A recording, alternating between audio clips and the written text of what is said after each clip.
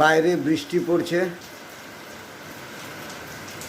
অথচ গরুগুলো আমার দোকানের সামনে দাঁড়িয়ে আছে। গরুর মালিককেও দেখতে পাচ্ছি না। অসহায় গরুগুলো কত কষ্টের মধ্যে আছে।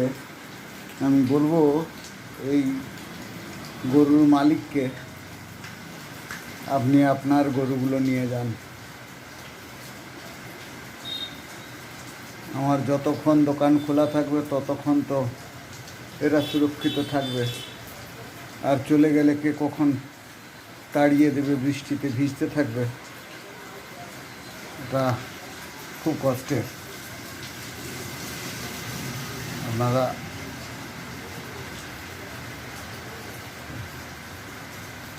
দেখুন,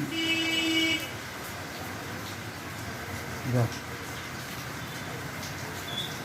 পেয়েছে অন্তত গরুটা শুয়ে মনে হচ্ছে। যাক যাক, সুখ সুখ ভালো, আরাম করে শুয়েছে, কোনো খোঁজ নেই মালিকের, বলারও কিছু নেই। কার গরু চিনব কী করে?